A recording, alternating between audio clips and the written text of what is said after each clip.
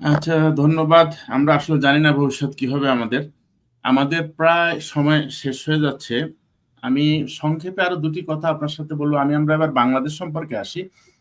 তো আমি আপনার কাছে একটু জানতে চাইবো যে আপনি বলছিলেন যে মার্শাল বার্নিকেট, পিটার হাসদ, তাদেরকে আপনি বলছিলেন যে ডিপ স্টেটের সদস্য বা তাদের এজেন্ট হিসেবে তারা এখানে কাজ করলেন। আবার এরাই বর্তমান ইউনূস সাহেবকে ক্ষমতায় আসেন। তার মানে কি বুঝাতে চাচ্ছেন ইউনূস সাহেব সরাসরি ডিপ স্টেটের সাথে সম্পর্কিত?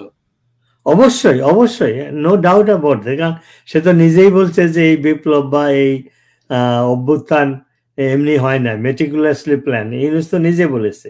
এবং আমরা যদি if we connect the dot, আমরা ইজিলি বুঝতে পারি যে ইউনূসের সমর্থক হলো হিলারি এবং বিল। হিলারি এবং বিল ডেমোক্রেটিক পার্টির ইনফ্লুয়েন্সিয়াল পার্সন। প্রেসিডেন্ট ছিল, সেক্রেটারি অফ স্টেট ছিল, তারা দুজনে। তো এই যে কি বলে